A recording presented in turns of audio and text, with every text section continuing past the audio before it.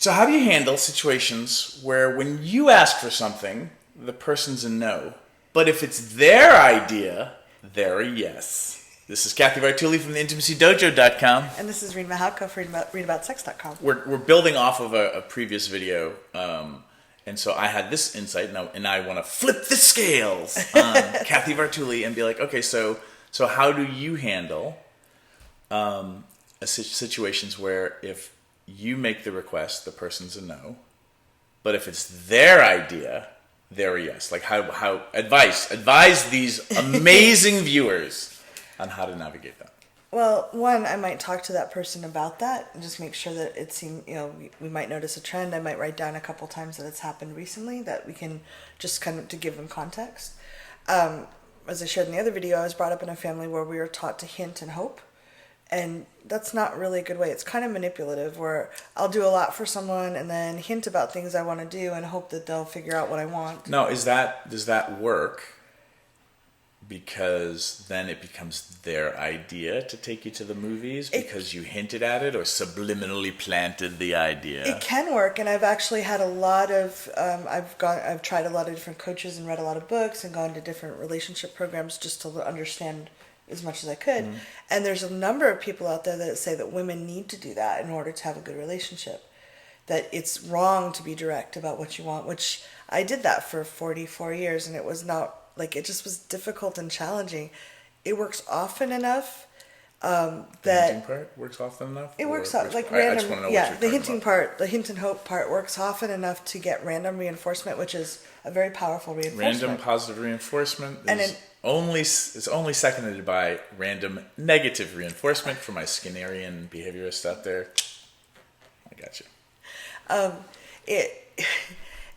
It was really challenging, and I felt like my partner really loved me when he or she got what my hint was and did it the right way, even though I gave not enough details in my hints.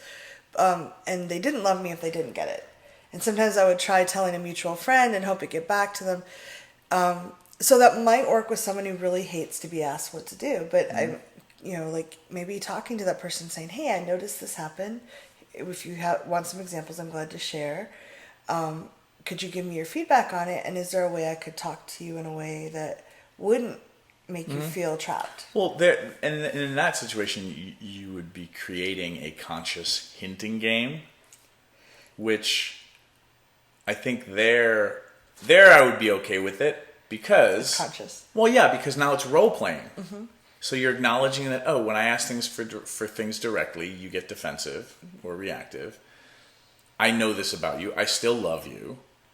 I would like to get what I want when you're yes. Yep. What is a fun way? Can we make this a game? How do I make this a thing so that you feel seen and heard and loved and cherished? And how do I support you in us being able to ask for things directly? Which I get is an advanced adulting. Because there are people out there who are in relationships, I've coached them, who are like, oh my God, like I want to ask for things directly, but my partner, sometimes a man, sometimes a woman, sometimes a trans person, like they don't handle it well. Mm-hmm. And the question there is, I'm always like, well, can you have this conversation, like a meta conversation? Mm-hmm. And then like, what's going on in their life? And usually they're overstressed, overworked, y'all just had a baby or something. Like, there's so much going on that the person that you're in a relationship with has just lost it. And lost it a while ago. Well, I had a good friend that when I first was working with you and learning like how to talk directly to people and say what I wanted, he felt very triggered by it. Because I'd say, he made great margaritas. And I would say, hey, are you up to making your famous margaritas? Because I would love one. Who is this person and where are those margaritas right now? They're in Dallas. Quickly, to the car! And he shared that his mother had always phrased things like a request, but it was really demand. So he felt trapped as soon as I was more direct versus like, it's a really hot day, kind of. Oh, like painting the picture? Yeah. Yeah, I'm just not like that. If you're listening to this and you're one of those you like it when somebody paints, oh, it's so hot.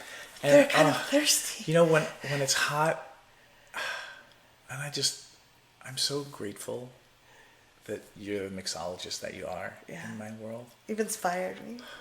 I sometimes just think about the next time I'm going to raise a glass that you poured one of your delicious Did you get that margaritas. new blender you were talking about? I actually bought you a new blender. If you're one of those people, like, leave some comments, because I want to understand this more. And my question to you, as we wrap up this video, is now that you've been asking for things directly for several years versus having grown up in your hinting world, are you getting more of what you want than you did when you hinted?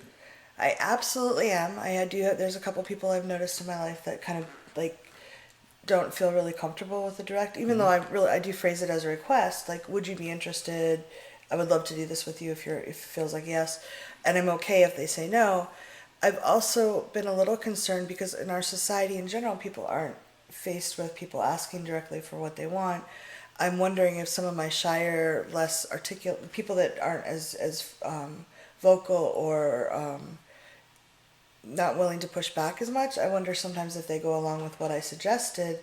When I suggested Chinese, but Japanese would be fine, or even Italian, if maybe they're not speaking up. And I do say, this would be fun for me. Do you want to do that? Or, even with them, I try to turn it like, is there, or someplace else? I sometimes feel like they might be swept away. Another video coming up. This is a good topic. We're going to keep with it until we exhaust it, until we beat the horse to death. Leave a comment. What do you think? Yeah. Hit subscribe. Leave a comment. Go nuts. Ask questions. Share this on Facebook. Just go crazy. Go crazy. Go crazy now.